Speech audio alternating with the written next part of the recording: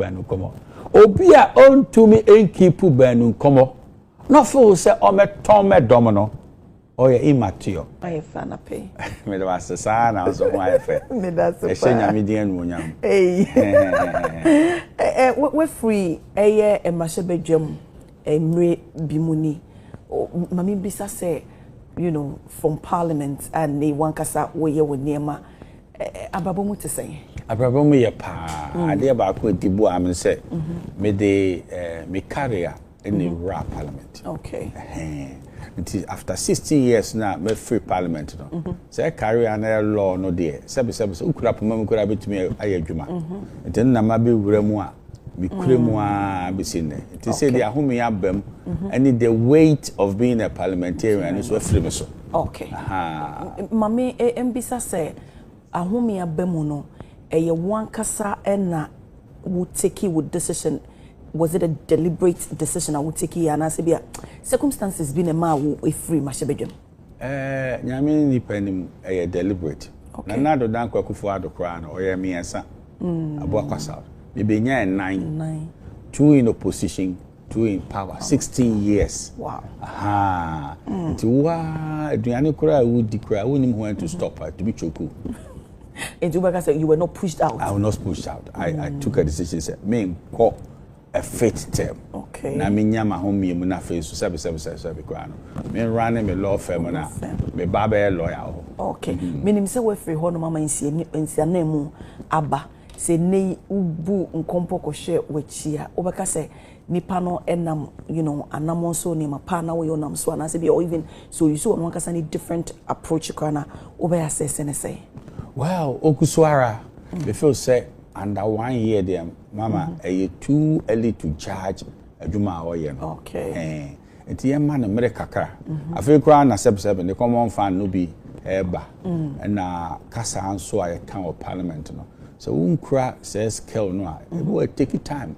So what me agina na so or parliament wakasa mu anyansa di akire ame yaje watum afei bedu baabi no kwa oye young po na odane wani ana speaker no ho akwa wo nyansafo on kasa.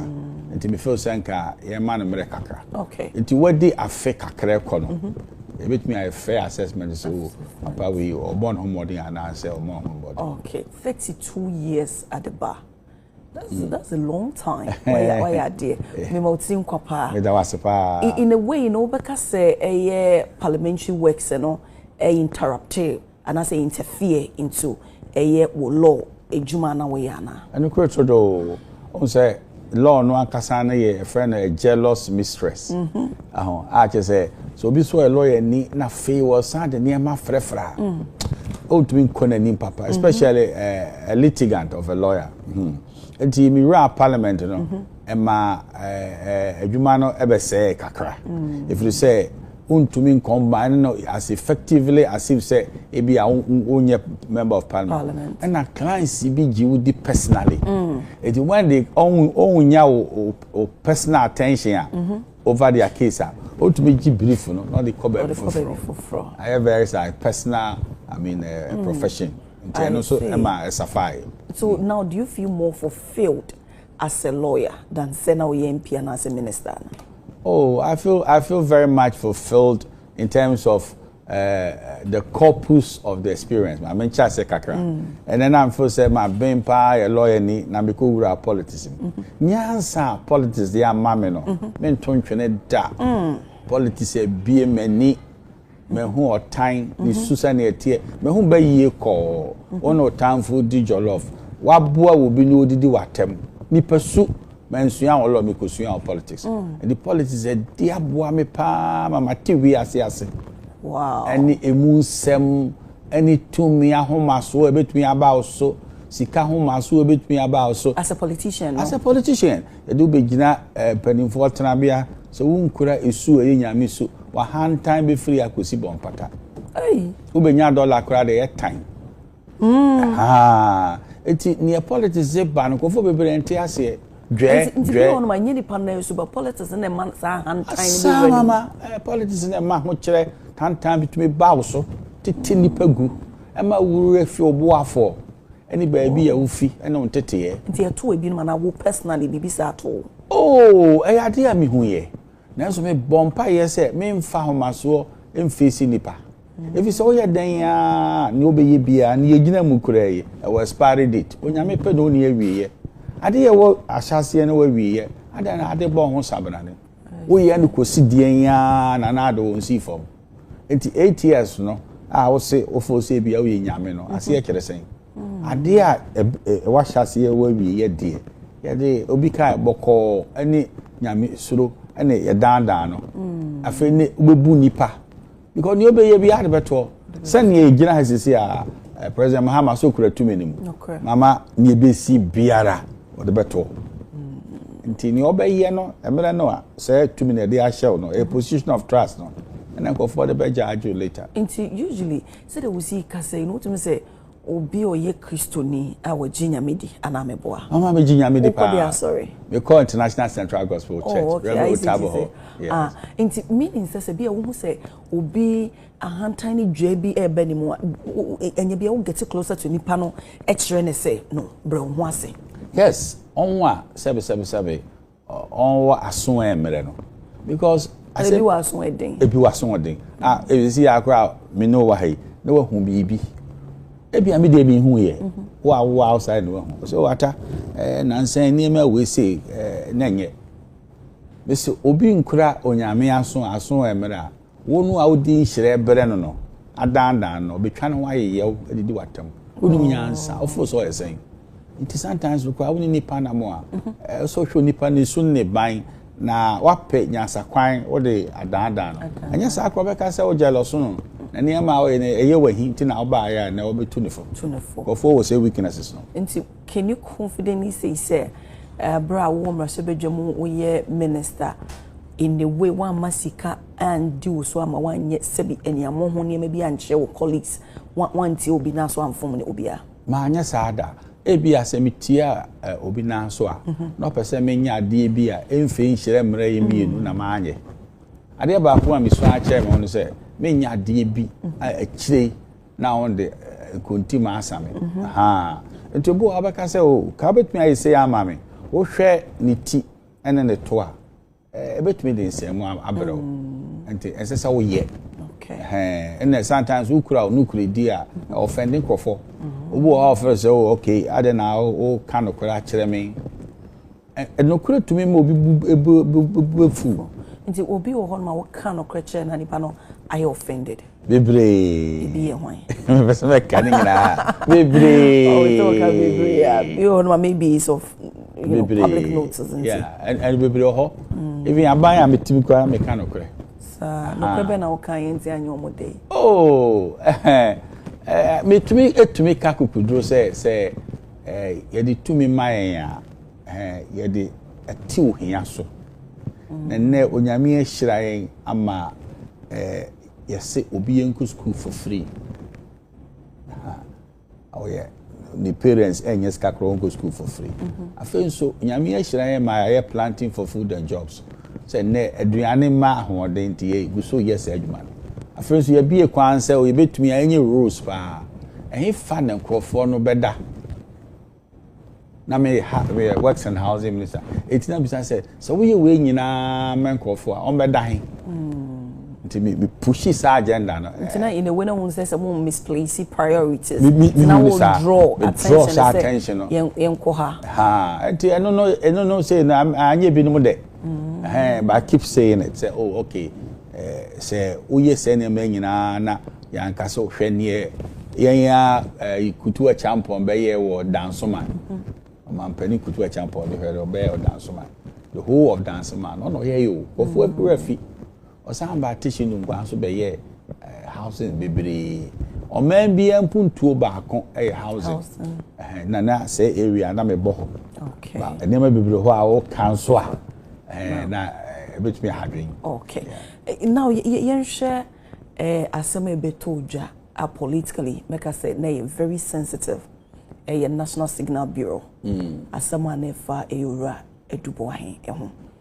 Obi beka say a day na motivate wa ma pick up to be a lawyer of already dubo ahen sanse ese bintansa na de boni ade mu dupa ne so mani nyina eni edi ekira waye mrahye bedwam neither what science so aye a minister da now what actually motivated you na me ni panim na adubo I me hu ni da na hu ni da da bi na maintain en campo da abasa on the office so wa ho no ma for the longest yeah na me share no da me call the office ho crowd na me nim ni person ne ban na e mpanimfu akese na bo me pon so ata asem bi asi na won adwen ho an say me kura kokodro ne nukure die na me nto adubu ahentwene eti me mra me boa no aha enti won kasa na on repose confidence we mu say on gidi say metumi akokoden aboa no na o ma me on cancer no so okay na me nko yoko eti yoko na me hu ne first on no ho no our cells so it is something for no na wo mo wo faase no wo mo baby no anase wo mo a business partner no enti wo mo can say kujina mo ma no na oba akukura do former chief justice and na a friend saying ebinu nso ye asore wo ho Assemblies of God for us and ebinu nso na on ne ye adwuma awo nimu no pa in the national security space no nimu no pa former chief justice ma me so fa yakufo na David no oba akubia mi mo ni de ono ho ono so na nani abre pa say na say we dey ade because and then I bet me ama maybe former chief justice akase could meaning say owojidi woni panim say bia in the way onye Auntie Georgina Wood no so believe say niema ekoso no me nso ade ni mu na me nkokoden ma adubu an okay I see enti anyway because we lawyer ni enti bibi ni I think say we share as someone on say the AC kono do you think say gidia omanfo bia na say painful kukudam no ewa because omu ni mu gidia me nyini se nkomo beba se koso asem no mo say the ni sikwana say the wo mu tiri mo susu se bi opanyine nyeye sa ne tia na yes you see mama asem no emu oya and the first time I said yaka say obi afa ban sika de bono tonton sansan e wo media ebu ni kumfo e ka say akwa we kura no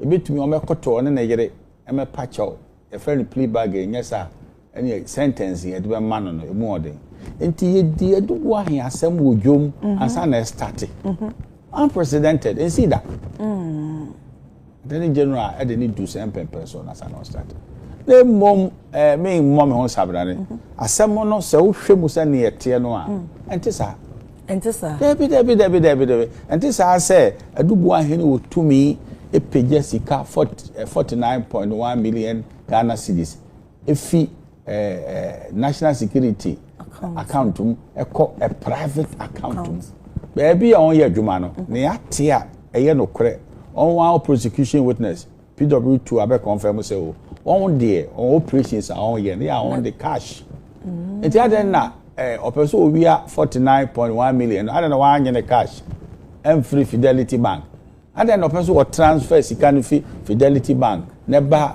friends UNB Bank or na ye traceable papa na on ne air kasa no national security what do su kopa o the better why say nkola ade egu nanim ase and near man that was no person on create operations account special operations account enti national security coordinator chairman no on not sure letter eco bank was on BSA account no so how can it be a very personal account David any person aba ma me na a friend no the friend Edith no wakasa say baby I confess ika na UNB bank now your operational account I see to now no we say what on we shall who say who defend a client and I say who defend the principle me defend the principle and I feel me fight him your there say o chichere at the money so obi any fapem because ebedu baby no they say national security is on trial ebedu baby no obi no be share space na national security because e don't send babonting and then so na ma ye ehu because national security in the government submarine and near mana national security and MPA obi ante wasem transactions are okay near this nobody even know about it say no I say, oh, okay, yeah, well, cyber security equipment. Also what the 49 million no 0.1 no and a koto. Na translate 2 to 7 million. We share 2020 now year foreign exchange calculations now. 49.1 million does not translate into $7 million. Now, it was another write-up so compo buyer now to say the buy na ye nimu die, but I feel nothing chichimu koso say in the way that time I buy ye wa be mo tamana omu opposition no and also mo bi ekọ hono and also na no krebi sa wo and no krebi sa no krebi enim but say if you ono ana na nye ono ana cho sa de buy there be na all can say and there may be do ho on aye a on de aboa ebinom na say na mani nyina no pese ye church ase a obetumi a church ase okay and na no pese and there may be do ho a on di boa opposition is saying it is say Nana Akufo-Addo aba na ho memu on betumi aye ne ma bi e di aboa no bi te say den oh ne medical ahwemu na kwantuo mu adwuma no adwuma no betumi kwa asoma no so onye bibi mu aba no na sha omo ne fa ho ka o be fa ho ka ene ho ayi ene ma bebere ho a on ye kura anu a obrimpon wo kuro bi so odi na finshi ada yetumi ka say ne kwa akoje sika fi finance national security no ye ho amane so we o hin kese pa o odi mu wo Ghana nti ye mfa sika se nkobwa no international security ne amane nyina no nya ne ma de tutwa enu nti na be wo say yeah on accounts no ye special operations account your friend called parliament for vetting. I see. Baby no so say who defend a party person. We name come I will come say oh you were dubo we NPP na ntina no you touching agina mo say no we are no say. Oh binye ni say it sir. Because man who said dubo ahin edi NPP achia oh yes adwuma aboa NPP man who ni sir. Ne da ho pa me de mi hu ni say eye no kure na esinitre ase na criminal law no enko yie se no wa chechire ade aso ananye ho na megidi se me ye ho adwuma ba nya bibi eye associated with party and say ma make control so NDC ni nya asem pa no frame se me di mu anu a bekakodi abo ano badwuma no okay doctor bi enu ho a patient no ba we say fa party kala bra asama aboa o malaria party card about typhoid. I see. And Tansa ya the boy ne rebi woman ye feno Mildred donko. Me kai se me ye news no midday news a ekoba se o se won pese wo be ye ne lawyer bio. Eno no wote ye ne say ne si eye wo because me kai say that time ye reporter ne wudi nko pay court mo ansakra na wo hunu se ne decision na watiki ni adan na wo hunu se said na we see di asem na mwa no ana asesen na asem kura nu bumu ana waka say me di mwa no na me ni nkomo a oni yoko odi na me ni na ni yoko odi nkomo say ne ono no eye accused person na on person on done to a prosecution witness na oyi ni film enti oka say on person me be ko no eche mua na ehun so wa yesa am on file papers so we afraid o ye prosecution witness in a way a weekend wo defense ana there be at all if you say nema na on kan wasem no ma me no akasa no nhye national security space ni e di nema bi ko no ko aso wa ye no nte ase na we bi o ayo somafo okay fasika we kwa the purpose of sikanukura wo nim the burden na obi aka say na de wa free mu obeka bibi na be higher pa okay enti na ade a na feel say honte the way on ye no na why mom ne de ne ma o say onye wo lawyer na on wa charge friends on me ensa eye kwabena dubu ahen Angela Jebuati eno no it wo nyina na o ka say okay on ben no on ne ye adwuma baby enye na memo a obensa I see but personally we need any problem bia now no so me hu ni da me no I see na abra Supreme Court you work out of court are they Debio na ne akofa ban say file prohibition prohibition is saying judge we say yen person be to a case no so because of what they call likelihood of bias either operative bias or real bias. Your fapping back one year, you so and say, oh, I didn't know, and there your cassette, your CMC, case management in period, no. Now, yeah, cassette, here documents, we be diaboying, your friend exculpatory evidence, unfair evidence, don't change. Or that's the FMI, near use for the case. Or say there be the referee no block evidence, na ye be here, near the attack prosecution case. Papa knows what I say, send a near me coffee and a crown in the air. You bet me at case, so no, kono, near quack upon, no 9. Which is the judge? The judge. Ah, you all gone as a me who. Forum be a judge, you know, any special energy for a case, or starting 9 upon 4. Wow. So do you think no cause the line, or he had interest, so in the way you see him to be a judge in his own cause? Yeah, now you feel strongly say, judge, you know, as an independent referee, especially, or can't say documents be the abua, Pamela and Angela, no, we felt saying they are very, very serious. But of course, Supreme Court said there be it's not conclusive of bias. It's all twasso and all twasso.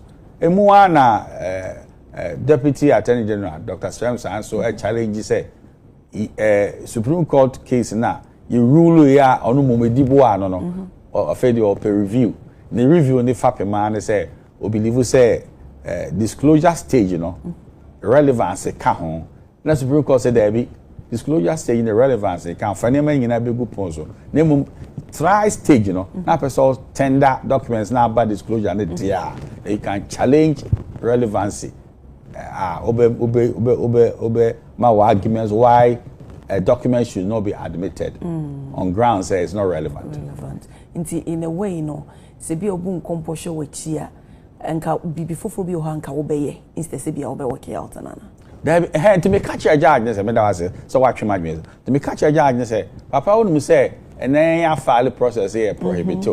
Now what at you prohibit judge now you are still participating in the proceedings. Eti mama tio what's the judge na international so if proceedings no cause we all participate it's contradictory in terms on the Supreme Court because and Attah will say you prohibit judge no but you went ahead with the proceedings evidence it yesrewa mayentie Supreme Court case no and sane atoa so that's why so we didn't work out we excused ourselves. So you don't want to be part of it so you know use against you no until and then for propaganda yanko for the mama o man ye nyai pepenso a ye pese ye de etrotan time to obi so menye bi da in this case do you think Zana had in Trobi and say I walked out of the court. I never walked out of the court. We excuse ourselves on grounds that you can't have it both ways. And they also prohibit judge. I feel see participating in the proceedings before the same judge. And on my good Supreme Court na seminar. So Supreme Court cast one to us or about to us. Supreme Court cast and to our case. Yeah, no higher to us. Okay. And they say a share operation recover all loot or more principle of Mujina Sono. Do you believe in it? Nenye ni kra, nya papa. Hey. Aha. If you say emrado do be a mama investigator kase or investigate obi no. Na why ne public no. No men croford down ho so. Oh. Aha. It will call any civilized environment behind investigations are undercover. Aha, and you better want to be cautious phone so and come out when you see the anajo and in your manema. Who they more into all make dockets na bomo no on why you we chile bipia. But opesa or dramatizing investigations are I don't call it investigation. Political propaganda. As you say, yenna, yaba, yaba chiakron for your whole agenda and for anti-corruption crusade. Now, said drama and can when you're there. And to one and I'm near the baby, near din, na fair photographic. So you see it as a political tool? Oh, yes, it's a very political propaganda. So, we and your man or media, won't start you.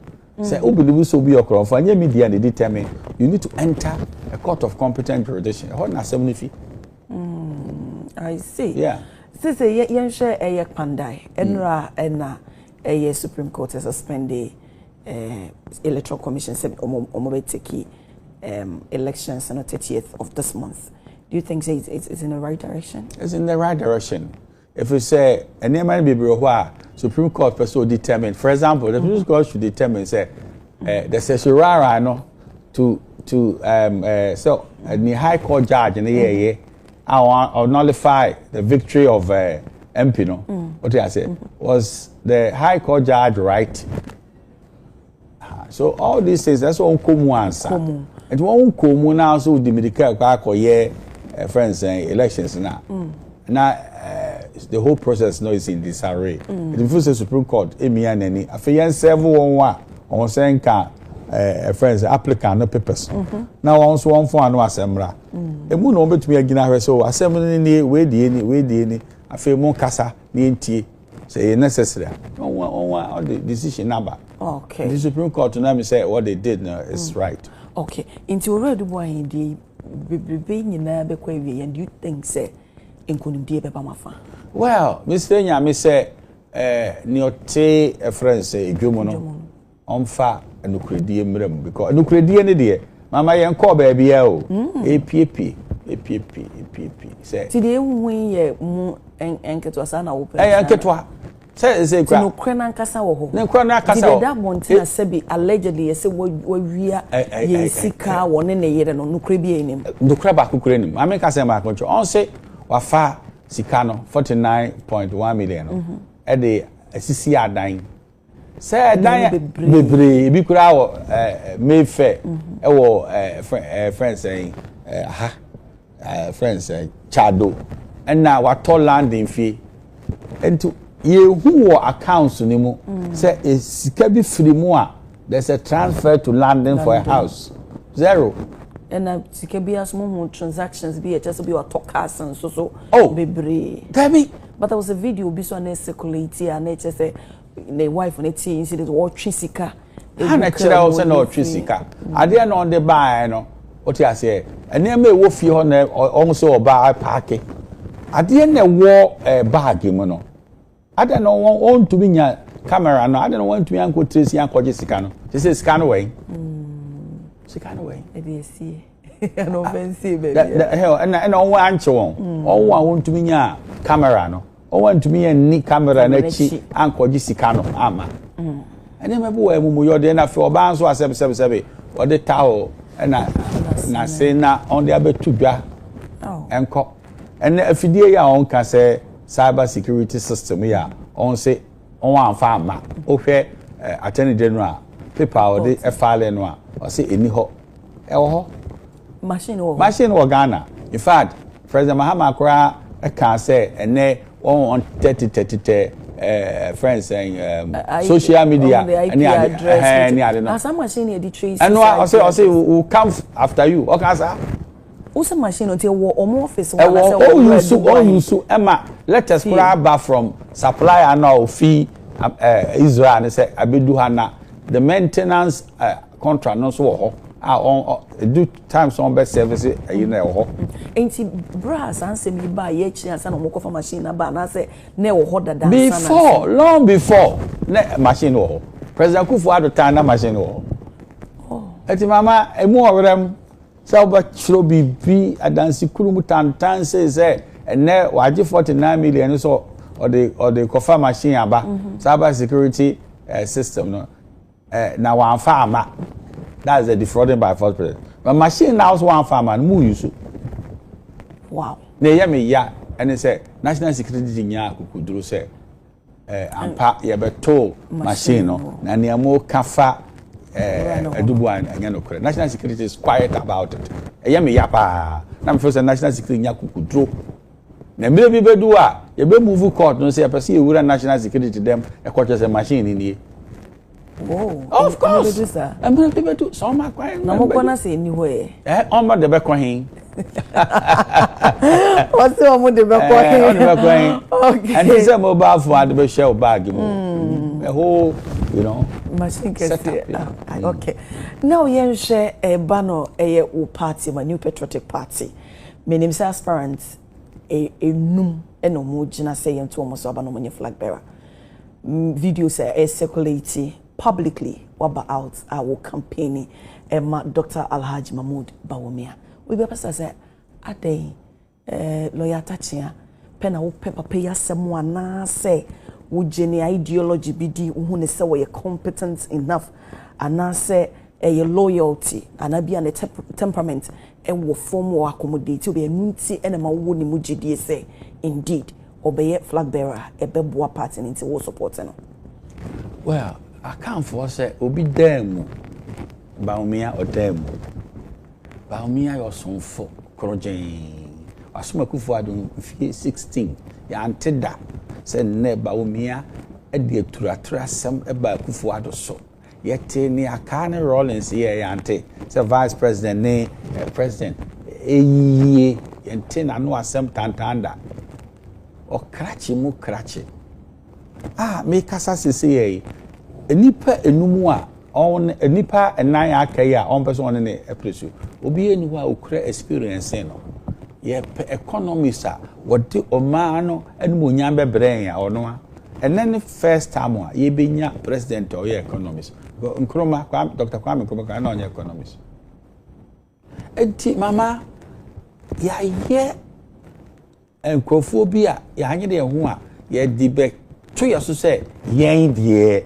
NPP a can dominated party and then idea ama ma ye crusade ama no say eye den na ya anye de ho a ye bekasa NPP asum competence NPP asum meritocracy adie so bi aye mfema no papa kufuo okonomi enu oya kan ni ye man ko na na do dan kwa kufuado opreso me yensa oya kan ni ye man ko na papa yi akọ once okoye no kura wa ngunu ho ani mase economy ne mu ajire ene me nkoye papa yi konya 41.7%.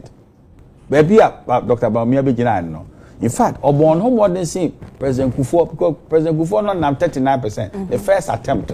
Okay. Now, ohima yemfa 9% no enka 41.7 no near cross to 50 plus 1. Obisi enko start from ground zero. Now, baby, I was 33 years old. Can Mampenyin Kufuor, Ubo Nana Danko Kufuor na ABP Dr. Alhaji Mahmoud Bawumia. Ebi say what start here fin before Mampenyin Kufuor no obi ba yansa enipa no okosen enu nti no enu de ye twagu nti na chese na odihye atames oko once na etinja ye ho nko a me ho na me compare me ho say ye de no papa oti akonwa so President Mahama ono so okoye kra na ono kwa de yini sinchen olusu elections ya sa ne ba e mo benyai enti musam ena me chese mo side no ansha CM free o Mampenyin Kufuor so pe ebi koye okọ baako enti ade nti no de enti obi kọ baako a na so obi so akọ baako enti ade nti na stella mo pese ha na wo ye ho a okọ baako age se okọ na se na ne ma kofa baaye no wanye de so onko biem ana se osanko lusu primaries no ba wo hwe nkofo no a ombetena akonwa no so a ombedi president na I could give you two concrete historical examples one ko once one once and I focus on yes one ko once enti adenti na abeka se we de eduno so na yanyini sinchen na da be ne ye beton ena no mu baako na Ghana fo age na tum if you say party na kire say the first attempt no ya na onya so sane ne kobie mu a na nanimu ayedu ama dom na be hu no na to abanama okay enti o hwe all these factors na omu ha na ya ton no pa ye bie ni a ye de be 9% e be ka 41.7% no wa be du o ma ampani aman Dr. Alhaji Bawumia said we see kasa wadu suko e ba no economics no ne adea ebi sinti no wo hefa na sabre na my Ghana isika sem na eda forma ye twe na techi mu no wentimi amba be rescue because all ba no butaya na si his excellency the former president Nana Danko Kufuor eni so ne say oh one day wadu suko economy e ba na ye economy dia obedi hu baba nso butama mu fia ba mu na atete panse no so yi o ma na say sometimes yeah na so person deep propaganda na na sebe baby aboni no person the bond be show unim say so on the budget no call parliament on say the budget of President Nana Addo Akufo-Addo, you see, which will be read by his finance minister. They never says the budget of the vice president. It's Nana Akufo-Addo. And also Obi Mebuano. Go for until vice, I say. Vice, no, is Obi Mebuao. Now say, person Mebuawa. And now say, finance minister, who you need the same vice, no? Ebe na, ba umie to me in a Juma Boao. Now, now professor advice ma obi not so on far. What the bad so in a way, do you believe say advice and idea or the my bafa? And then my baby no man a quino so on channel. Oh me and ye pa until okase ye way read the whole of ye address system. All my clients on you. What the results by mobile interoperability. I say, share one sem. Odi hujuma. Enti ID cards. I want some. Odi hujuma. And then maybe be the na so onya. On the channel side, but there was never a point that he displaced the finance minister and the president in the running of the economy. Honorable baby, Eka say the way I will sit here, no, indeed, a do point to be an S will protect the image and integrity. Say, media futuama. See, and I see no ne kwa ebeboa ama yensi kasemeti me akoye enti wode man ye omanfa na nke so resign and woba out more manfo won say waye na famu die but you know the person is being adamant on person obetie nasem enu mom ena nke no kire say waye basa what na wono ye nhwe han na se media futuo ma na ye mfa dia then it means say waye enabler menye ni say argument no mu odusa if we say so why you can even collapse the government by with decision. Yes, and now to when you now just say a friend saying the vice president of current government is on a campaign pitch against the president and his government. Do you know what it means for the country? Some people can suffer in silence because of the common way. Good.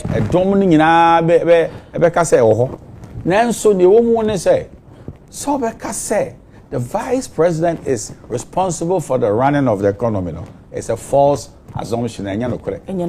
What some people can suffer no? Mame really we say a dear a lawyer and dear Pierre Kubikaye.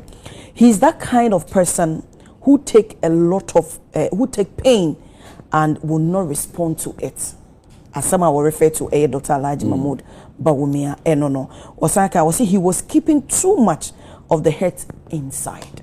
I agree 100%. Me if we say yateteno ne ayeno obuwa will to be in control now because pain. Oh, obeki kensema kesi kuni because on to me endure pain. It make us say a rounded person. Obi ayatete no ne ayeno. A obi to me ede yakọ enkwajem ne NDC ede na si form because NDC ne mo be nyina no all bad a new face na eba. And me do one better new face na Dr. Bawumia odi candidate. Ebi susu say Dr. Bawumia ne niema se yedi tumi mana de obeba beye the former president Nana Akufo-Addo na mumu, so it is going to be a continuing thing. Meanwhile, so omani nje eya mumu a omampanyini Nana Akufo-Addo ebibuye eno so e fapembe no hosa say time na president Akufo-Addo no we ono esinchen ono be form government na manana omusuro say DDP ebesanyaba how sir on fapem say na Ghana for Onyankopon wa ama Dr. Bawumia levy ebesanyaba na levy because say he was against it unimana yes no Dr. Bawumia was against the levy Onyankopon ama Dr. Alhaji Bawumia adwen nemu obedwen agese Akufo-Addo na de manana onsusu me enye time enye sa no nyame hye ne nema obi odu obuo ne ma no okay enne wadu ni mfie so wa understudy papa no yen kasakora no be 16 years. Can't he be his own man? Now on drive economy and go on kwenji. Why should people now begin so? And I go for Ado. In fear where they are all whom is coming to have a third term via friends about me. And you know correct. Okay. Now also you the idea do one I won't come once and there we are. In a way, not just a way you push over personal. No, so ubu na onye heja. And na odwen say name na so beba. Afen so ye hu say papa no emfa na dwen a e de na obeye. E de say mate ni a woti car mu. What you say? Na car na ko driver hu ni ka papa to bona ade na wodi this place me de bibi ha me eti mi bie door no masi form so kokun enti na stia ni nkura no edi ya mo fa stia ni ma me no o ka yesunsu masem se na me o ho keke enye obi a I was in charge. And when he's in charge you know the difference between a driver and a mate. Okay.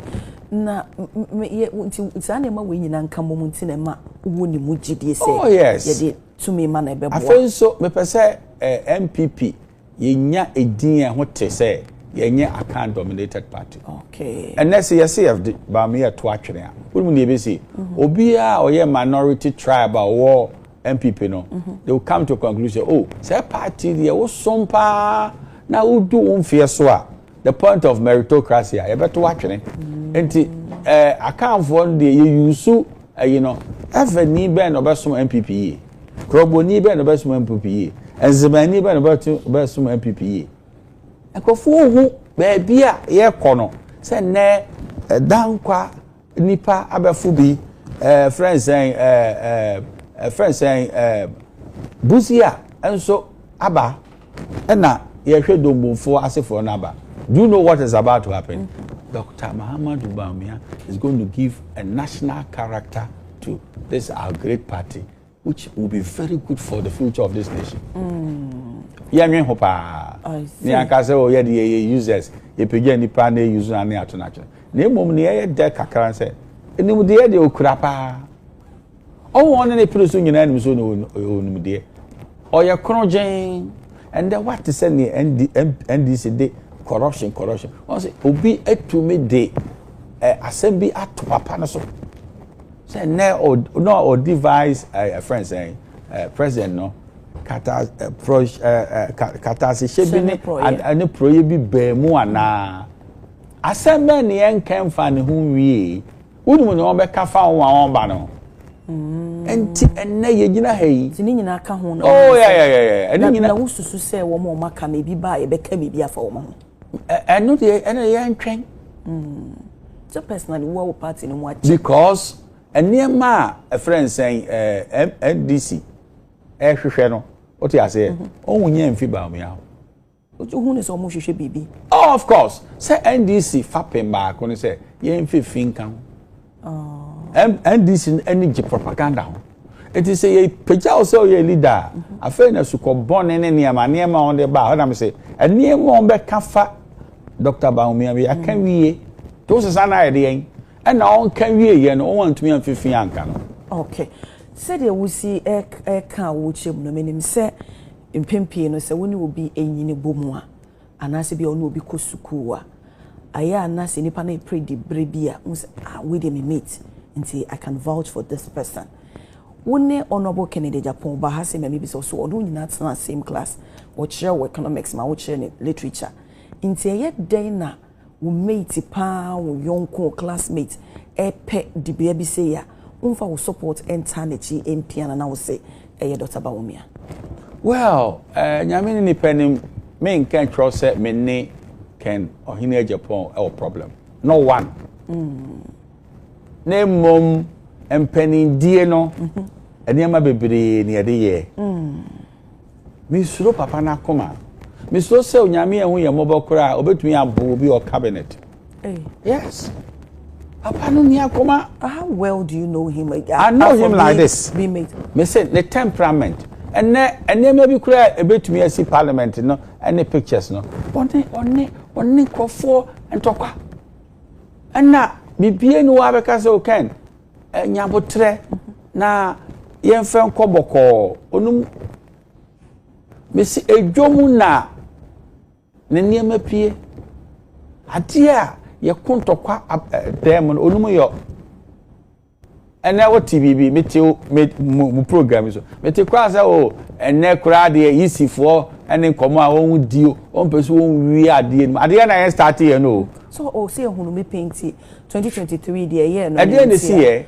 o say wale obodin say unya 92 ye try na ba no obi wia e de share bottom papa ba ko 40 me to ababa se fam I believe say what say ansem me say send e man nyina enye no kure owo on agents wo bibie no a oyɛ ya NPP yɛ ade no a ye pese ye wi ama ba omia obi no pese o wo say plan no ama obi a okura na agent wo bi kura chebi na ka de chebi de ka ne ka bi ko wi egu mu chebi na na agent ni wo enti mama yɛ careful enye ne temperament ni ade a wugina so aka say of course they say the temperament of a president obi o shock absorbers be ka kiro enye obi a obelieve say na de ono obi wasem no nyakora one ne be kontokwa enne eye den enna yes me classmate say kameka say enne me so me di na chi na on chief of staff in very chairman baby amadu den na utumi betumi aka say enne de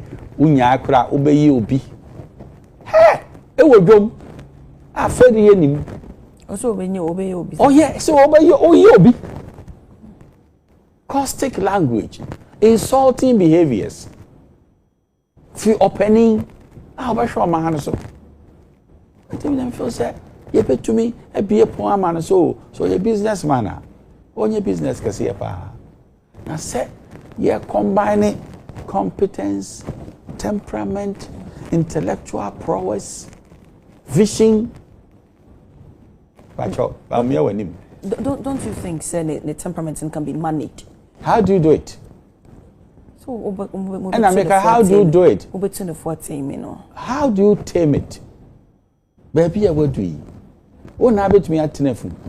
To me, if you said, Attah Kyea all canon, a offensive manner. Oh, one thing that you baby, they say, I say, they are even afraid of to what talk you to can him. do. Of course.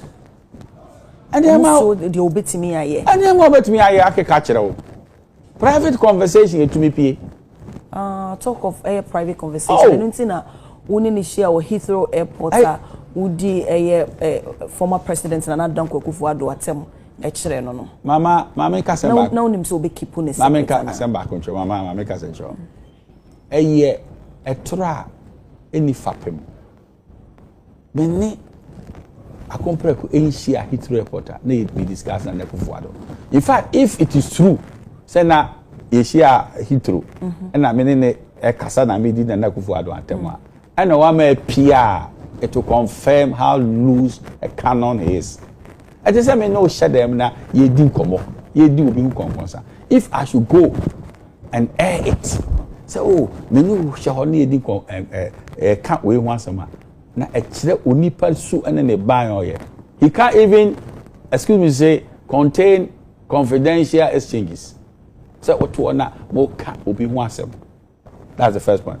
But uncle for passport no mra no won chire date no miss me ko fan passport mra ne yan chire time a ye stamp mu se na ye o Heathrow Airport enya no kore woni ni share o Heathrow Airport me ni share Heathrow Airport ye discuss na Kufuado no mo share ho da ba mo kaida se share ho da ye share Heathrow Airport me ka se bi share akompra ko Heathrow Airport yi e ben ya onka okasa ho mo yi e no na oba mo nchen a yeah, more exact evidence, no.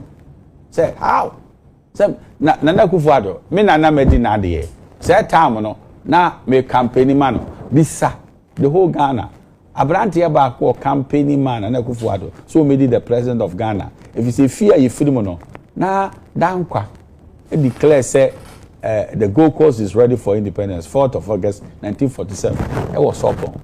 Ochini bi enu ha wetumi afra konya no 70 years down the line like the Babylonian captivity na nado epie etimi mfa ma ho den ma na nado na mediti na tem kire akompreko se de be na meji afri mu ejenja no kure se meni ni hia wo Heathrow date ben ya onka year benya.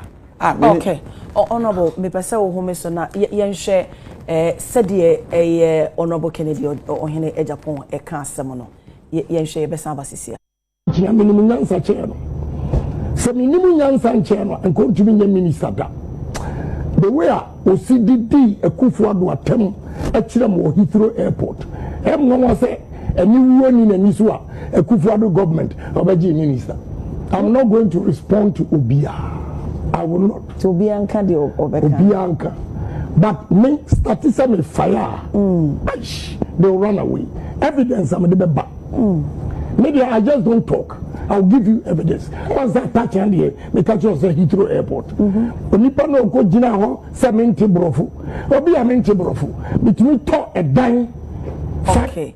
Yo ebusiafo nti asama Honorable Kennedy Agyapong e kan ye o se won se Attah Kyea de ma kire mo se Heathrow Airport among the whole world benya baby anka say Heathrow Airport a troubrane a toro enim guase e ka ho o ka say oni obi share Heathrow Airport. Is that a proof that you met?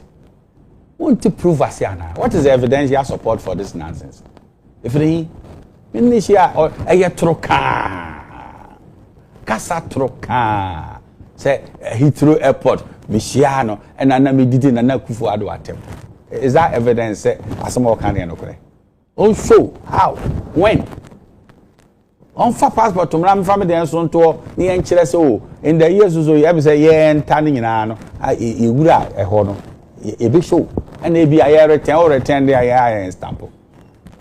What is the meaning of that? Oh good in one man say oh good in one man say and net the a near my over fire and yamia and yami ho me who need to be over to me a fire. Me need to Akufo-Addo atemon chereno. A no any 2 months and more. And I feel no beka. Anka as I say hianoa because me campaign Emma Dr. Alhaji Mahadu Miano on pet. I feel no beka. O mo awoda. Me Attah Kyea. And more than or the amami say a debena or the acheme. Say me in fact. Na me ni my dream ball. Me Attah Kyea. Mr. Nemedi. Okwofo a won kill ekohunu so omo a me kan bi. Omo a wo bibia mu sikamu bibia. Daddy omo a me sikamu da. Bibia mu da. On che me ade bi da. Mama, e dey na ode ache me. Mate asembi na me say, "Oh, Ken, Onyankopon mo a wo. Na ne wu ko edi e. Wo akasa the 9th commandment no. E na wo birichi de wo nsusu anso ma. Say me to Attah Kyea. Na Ken Ohene Agyapong ekope the 500,000 United States dollars. Ekoto property mami Attah Kyea. Say me mfa. Mbacho wadaro ma home so na yentie eno so de okan. I'm not going to respond to Obia. I will not. To Bianca the Bianca. But me statism fire. They'll run away. Evidence I'm the back. Maybe I just don't talk. I'll give you evidence. Once I touch hand here, because you say Heathrow Airport. Why is there all airports in the world? Say me did try. I don't think I'm because I Heathrow Airport. Obia dear. Onipa no ko jina ho se menti brofu. Obi a menti brofu.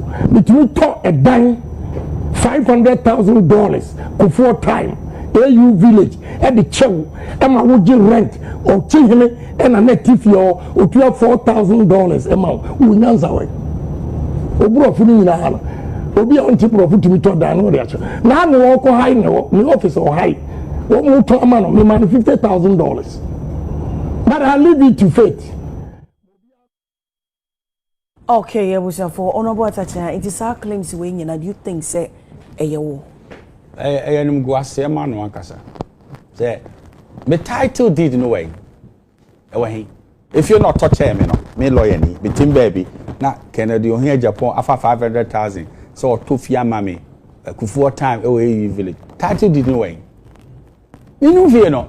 If you no way, who to fia chobi. What you say onim baby if you no.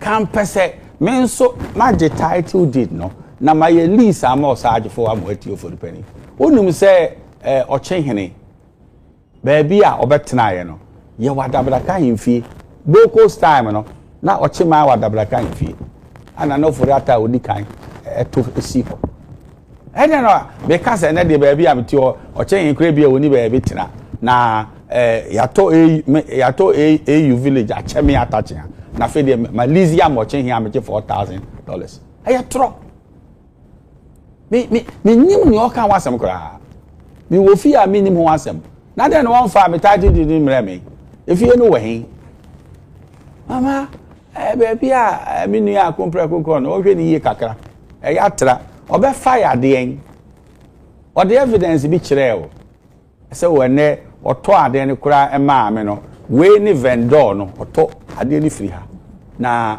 ye sign the paper no ba me di mu enemy kura me paper and then me sabe to bible say me ni property be our AU village and na osaje fo wu ye bisa no ote ase say me lease if you no man no me give $4,000 osaje fo eko lease ni fee say if you be so be or be receive the visitors I mean it is some okanyina e ya toro ka on fa evidence ba ko nkyere mo ene Ghana for obetumi a mesra no say baby a okono o reduce it to me the president no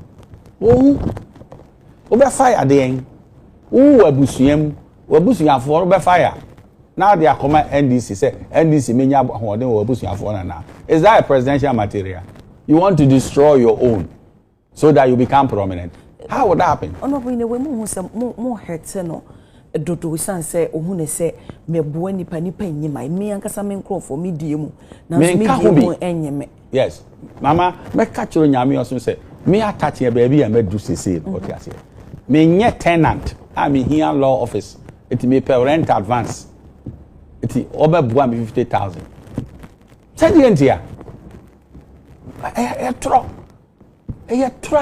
yen kwase ma no kura so oka asem say atumi so see enu nyonko adanse krum the 9 commandment no and why e won so so ma no say me kwa ko akompra ko say me here $50,000 say me dey dey me mu bra na wo hu ne say dey won so say ye de ne call president and say bi okọ AU summit obekwa akoto blue na no so hu ne say enye no kure ya na wo dey hu enso obeto ifra anopa ono kura wo he ya wo ne ka say onti asem obeka so obe fire dey wo hu obi a ohwe man so na keka eni ni su no man se ye be hira so o megina ho ma o man ne da o man be ne yesa wo di hu ne pese ba wo betumi aye factory fine now no wadwuma aye fo apre so fine but factory yo does not translate say you have the qualities and the capabilities of becoming the president of a nation. So you don't see any qualities in him, like presidential qualities? I don't see presidential qualities. I can see him that he can do some businesses. Businesses are over exaggerated. How? Because and nobody saying na a friend saying factories don't do one now no. I was in 19. 19 factories in way.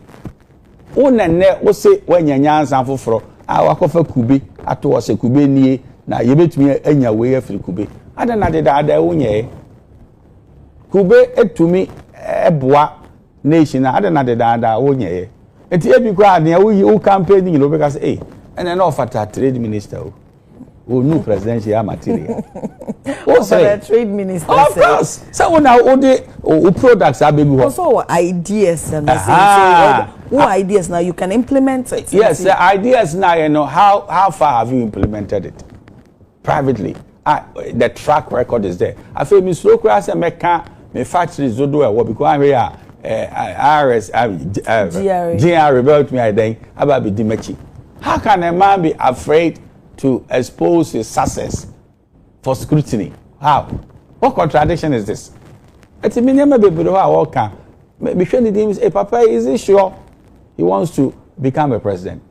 But Mama, basically, don't sabbath to Bible near say me Attah Kyea. Me ni fear with AU village. Ya me ni pen. No, but him so don't start to Bible no so say wo mo woda. O mo me. If I dey be hono wo dey bo me $50,000 ana. Na me wura parliament kwa na me need $50,000. Why? Why is he lying like that? Said there now 50,000 me who want me na me hear them me compare rent advance ana. And I'm here 50,000 free one. The patcho, make me a catcher. Play. And Crophobi didn't say, Mammy can't be. And Crophobi, I didn't see Camia touching a man can't be. Men bragge, say, me do a chida. Pamina la Sudilla. I'm a cop, the deep politics near the dinner. Crophobi didn't me before me, Papa, politics. Not any idea, I'm a cock and Hon.Kennedy Agyapong, concerns or Moami. Now, me fa Sikanye PB. Me see, and say a studio ha, or reduce studio into a conveyor belt. No be can be anama manako. Mo manufacture title deed no be chebo. Eti freno. Say title deed ne wa touching edimu AU village no. On ma mo copy na mo hwe. Time o toye ade no. Say check na o use on show the bank account. Say 500,000 no. Baby a friends a vendor no wa kotu aye.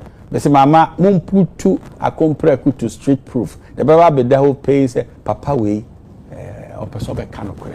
Na say who will pay na and I will to me the car.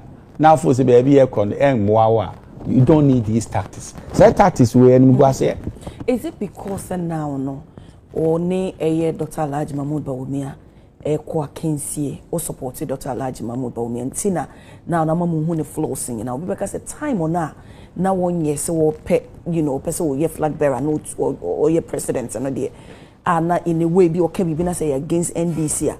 Yes, I know you're comfortable. No, Mama, Obian and Isu and the banner. Oh, so wouldn't tapes say what me knew tapes? Yes, historical tapes. And the name of Wakika. What you say? It has nothing to do with Baumia. I don't know. The sooner they buy and not capture publicly. As soon as they be only see.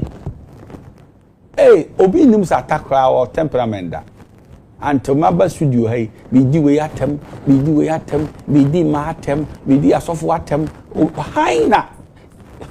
No, only needs to say no in a way, no. A good say, a boom any pass message, ni soon saying what you say, obey a catasumu, so now I've a way to become, eh, Nasa, son, and I would see. Now, to me, and I will painting and I brought once a year, no continuous, and no soon, so you're bad. Where? The way no who see baby answer when it to say we a jar so was one could Jubilee House. How are you going to do it? Who to me control? I'm telling you. Yeah, sure. Nimpa. And you remember I'm a Ferris American or no Nimsebi in the pa. And you maybe our catcher mean can Ojomu da because it was not intended for public consumption. And Komobia only be which is not intended for public consumption. No be believe so okay. Obe Jihan Waki can send be. Akakakra. No, but say the work can use. We need to be able to understand the name who now one cancel the air. Send in a woboa. There be, you can see, and your name intended for public consumption. That's why there's even the oath of secrecy. What is the meaning of that? And you maybe were Fagana Hua or Mampeninka. That's all. To you swear an oath of secrecy. They must be him how to keep secret. How can he be president? Okay, mema wa home so ye kasa sisi eye owura kwasi kwaten obepi mu Honorable Kennedy Hon.Kennedy Agyapong the campaign mu a odi mu tentema pa owura kwaten wote menka memo a cheba de chensoma so abna mejo so kese pa wo ho te say na pay brother do me ho ye na wo so e nyame adom me ho ye obi kasa me wo me fie o e na owura kwasi kwaten abo ewura mu mpacho amane ma mencha mi senior so lawyer penny nyina we look up to Bravo by Attah Kyea. Yam kwara yetini dia na yehuhu. Ono mu bina inspire even from afar. Says you yeso pursue law. In some way somehow they've had an impact in our lives, even though it may not be direct.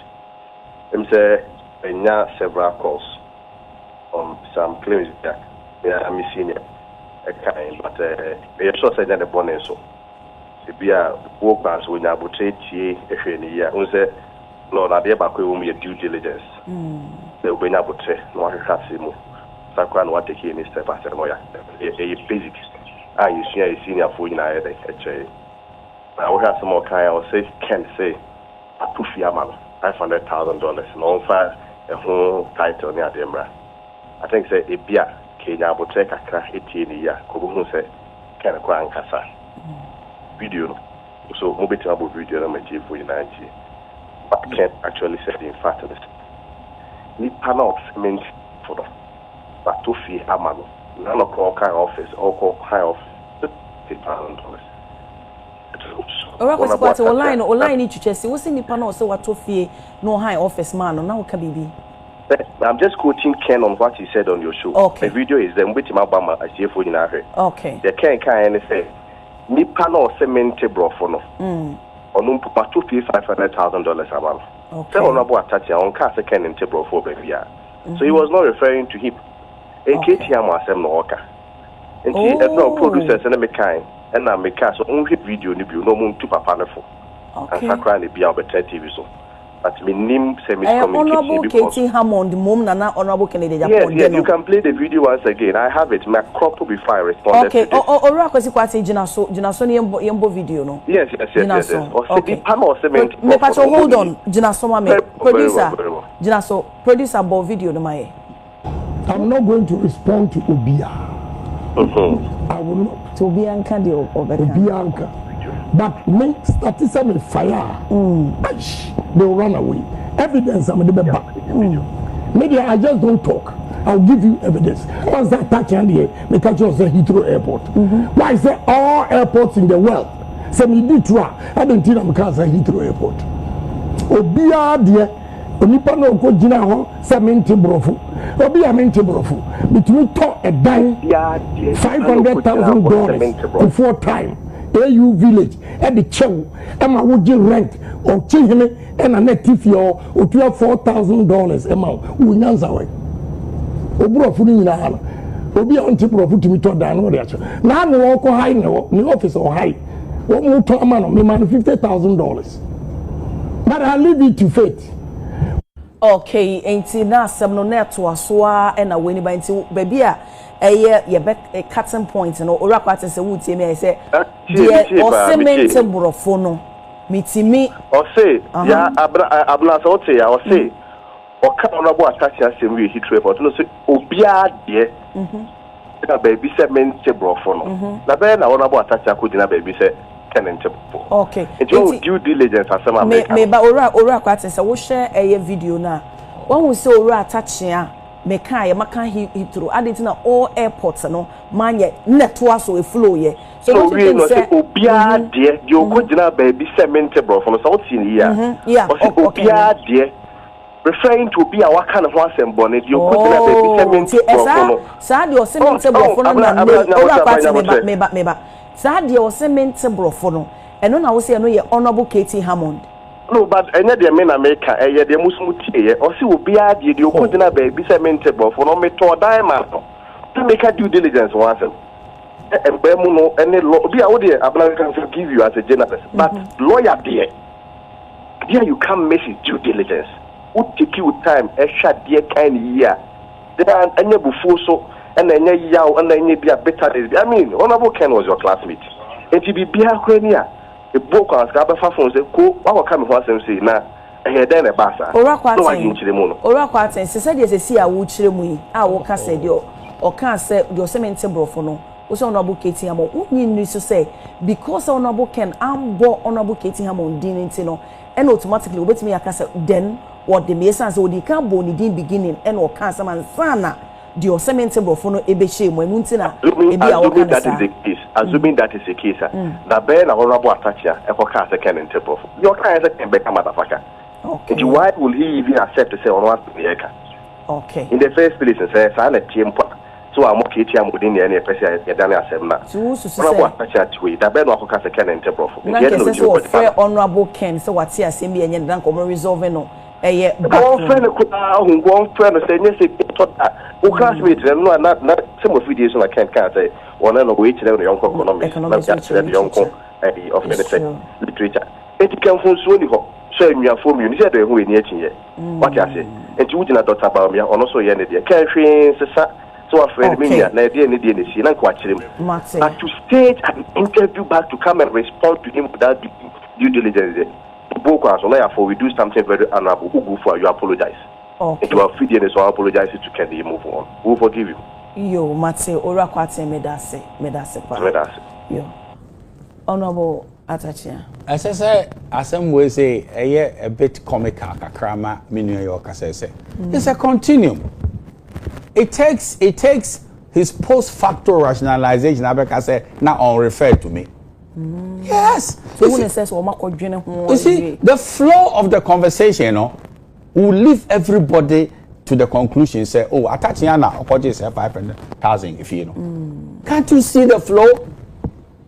And now near akono say and kwofo a dom drains it will share all social media no. They show me say me here ungrateful.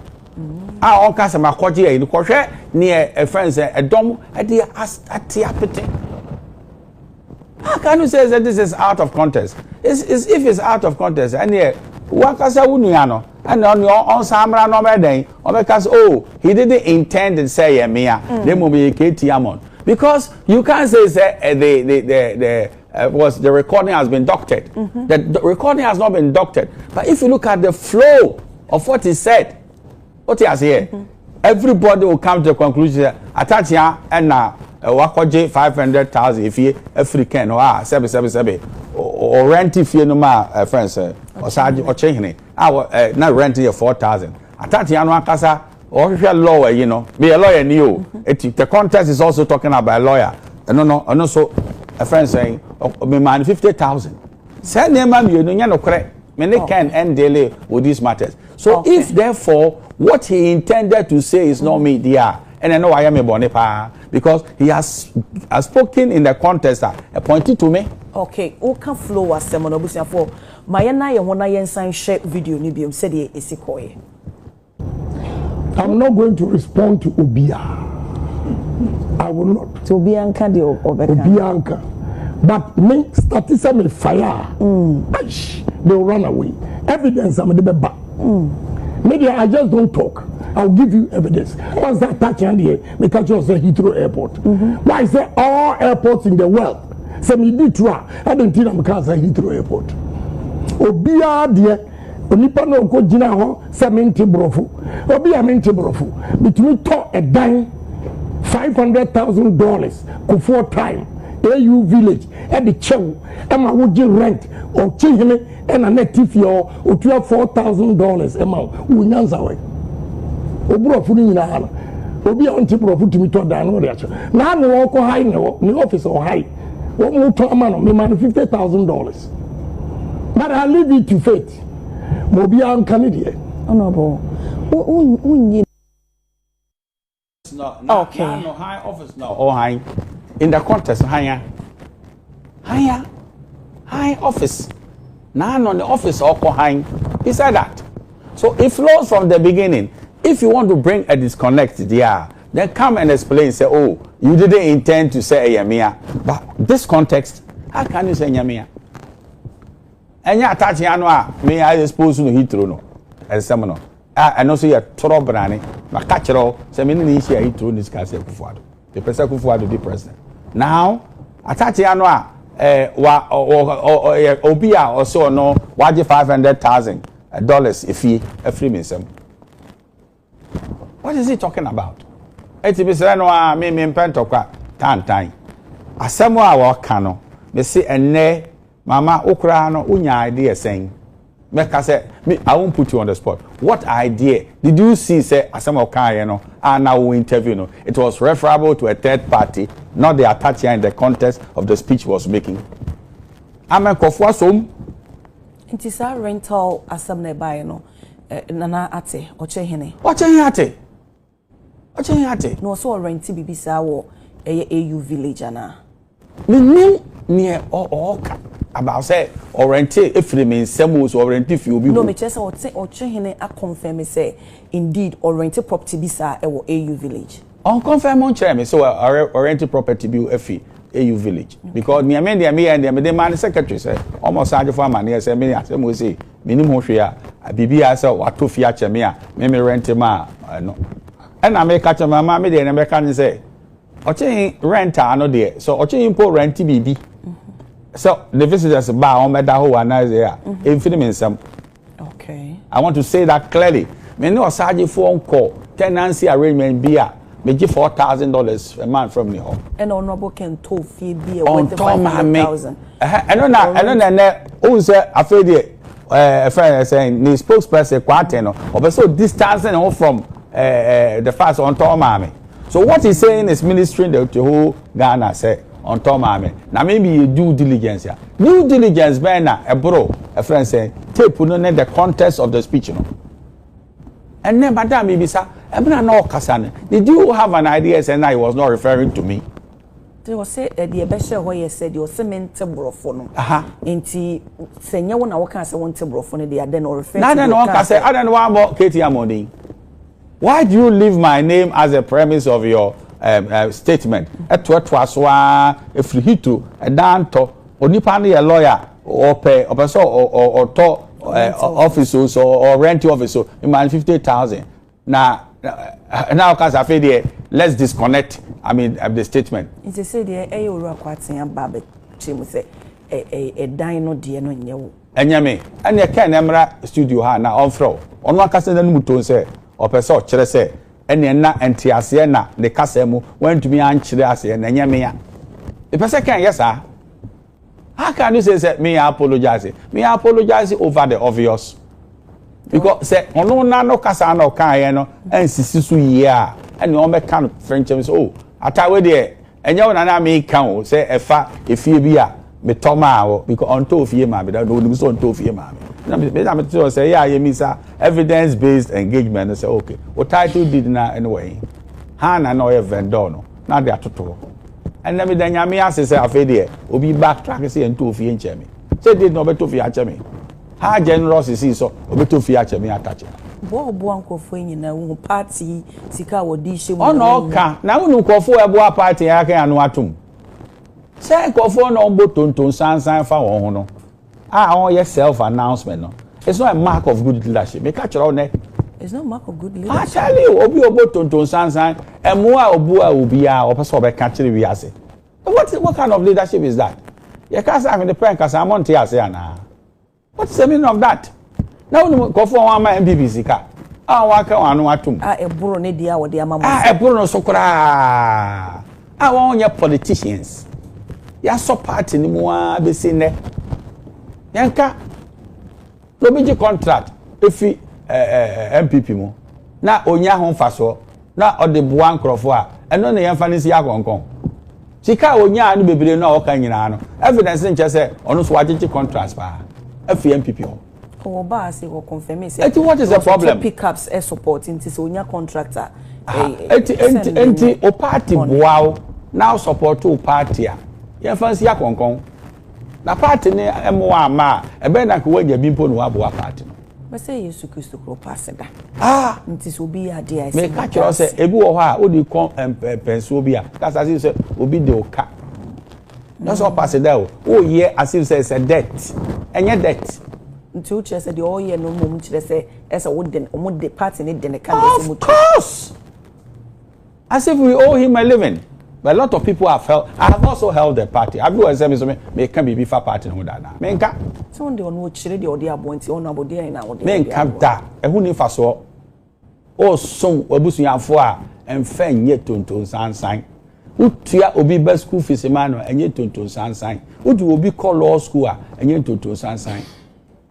O toka che obi so fenye campaign enye tonton sansan. Enye a mark of good leadership to do a self announcement. As if so person project say without you the party does not exist. But there are several people who have held the party but they are quiet. Dear Koso nyina a wo leadership qualities wo presidential qualities e wonabo kem we say ko base Dr. Alhaji Mahmoud Bawumia candidate I was supported one winning honorable Ken a winning as a flag bearer of the new patriotic party. Are you going to campaign? Are you going to support him? Men to Ken in Chile. You be GBA and you be on the day. Ya boano. Me catch or say my fate. I'll say it. The fact say and then make us say media ubi sami and na me here. I don't have confidence that he has even the emotional intelligence to lead NPP and by extension Ghana. No. It's a fact. And now Obas is out here. When I begin to fire what? Against your own family. If he demonstrated what I'm saying it here by any year will play, you know. And then yes, Obi say 777 Obi MAG I support too. Say na kofo bebere na onye Dr. Alaji Mahmoud but as is on your campaign. And if you need to repair your own system, I repair your own system. But I am glad, say, is emerging, say, on 2 years, mammy, they need $50,000 in friends. And I also want to confirm, I've never had any conversation with Ken concerning Akufo-Addo ewo hitro. Undi Nana Akufo-Addo entre Kenda. For what? Say them when I made a film. Me campaign in Akufo-Addo so made president. I thought send Obi Beka so okay. Ebi Akufo-Addo you fear ben mutina abu efuno and now call ye Akufo-Addo actually Ken. No, it's not Akufo-Addo come president. Does it sound logical to you? Is it not counterintuitive to say me still ready say Akufo-Addo and may president? At the same time, Akufo-Addo may president no. We could do in one term actually Ken. Oh hitro. Now hitro na ye a friend saying rally ground and then I make call the whole hitro. I don't necessarily say a tro. Name post I no cry a show Ken is soon in a buying. Ken cannot keep confidential exchanges as it should be. Okay. Yes. A tro. Now say opasa okasa no kurempa or no one can say good who any mass. What is telling the whole Ghana is self-indicting. Granted say mama between me and me you didn't come be. If friend ben no come what be that? 3-4 cancer we dey ben no come. Obi pia ka we dey ben no come. Obi a on to me and keep ben no come. No fool say o me ton me domino or immature. Into sebe. Abusofo honorable at Samuel Attah Kyea and I no atwetwe nkomo honorable Mijawa Mwakuna waka say obi obebe including honorable Kenso to Frankandia over support. Mental Ken. What you say and Ken person ye did 2 million I work Ghana shanisa onu ni obeye but me feel say late because send you make us actually we and you ma bebre wo ho a NDC for so train on be bopa me nya ni say NDC be campaign more than because and you ma Ken afa aka no on be playing to the whole world. So would you say niema no mbetimi asesa Ghana for adwam omontoma. Of course. Na so to me ya amampani me no. Mama me person ma twe akọ obi because na me we obi kai me celebrate me bompa ye kwa bas onturu ma no ma me. Mahama onye ye no. Akufo-Addo kro onye ye no. Na so Oyera Muhammad ye no oba ye obepa ne chew. Atwe asa oba. Eni ni easy no. Enye se wa twe asan. Esu no onimu. Esu adidi atem. Ye fe ni president yo. And make catch your playing. If the president. Honorable Mijawa Mwako adie ben na wo pese Ghana for the kai wo pa abra na wo ye wo mrashebedwemu na wo san so eye lawyer ni mapapa so niema be pa na pese resonate wo Ghana for adwemu fa. Me somo ya konjen be se me somo mawa me ni a prostitute's mind say as you say me wo chibi ba me wo pa no. Besomu nipa oda akoma pa. Akufo-Addo kwa oni say no pa. From when he wasn't the flagbear right to now. Number 2, me no kure die. Say mama ye tuwe pa nanka ma betra studio ha fe me betwitwa tro ato kan so me nya ma woda. Ntwitwa tro ento obi so. O be ka me sa. Afen so ye ka industrial. Hansard no wo ho. Onko Hansard ne ma me kan ye e wo ho. Adwini mu asem a me de to ho and now won so onya president obedi on kire ne ma won aka Hansard na they will be remembered for afa me ba machi abu akwa ma amfa boni amma obi mi nko ama ni dida adom edidi mi nsem am ebi no mo na oguso e ka se kaminya akra ka me ntoa adwuma na sa MP ya me kan se me de onyame na me de me life ama no ba se me tra studio ha na me be gu Ken no mu ase de onyame mfa me bo ne che enti ensam no de se Ken so epeso osisa na no o me ka say oh in fact conversation no anko yi bad say onipa no a eto fie ma nya wo a na fe ni obagi 50,000 nya wo a na ayefe okay na me nya makuku duro so Ken na ne sa na waka de a ene me so bibie no a me wotia na si okay ba me mpese and the bloggers edi mi din attaching na mo a say katofia ma me na modern leper me wura fi ni Ken ye ma me na me twa na dapa enye no kore menye ken ho property da na make say title deed no way eni ho but on say enye sa na oka na na appoint to another lawyer there and you on so on mesesa na no wa ha na enye fe say na bloggers na no yes ene me nyina say na nya attach ya na ni monya mo mrem na me so fa ni monya ma no okay ya mate honorable yeda sepa this me da wa say I was of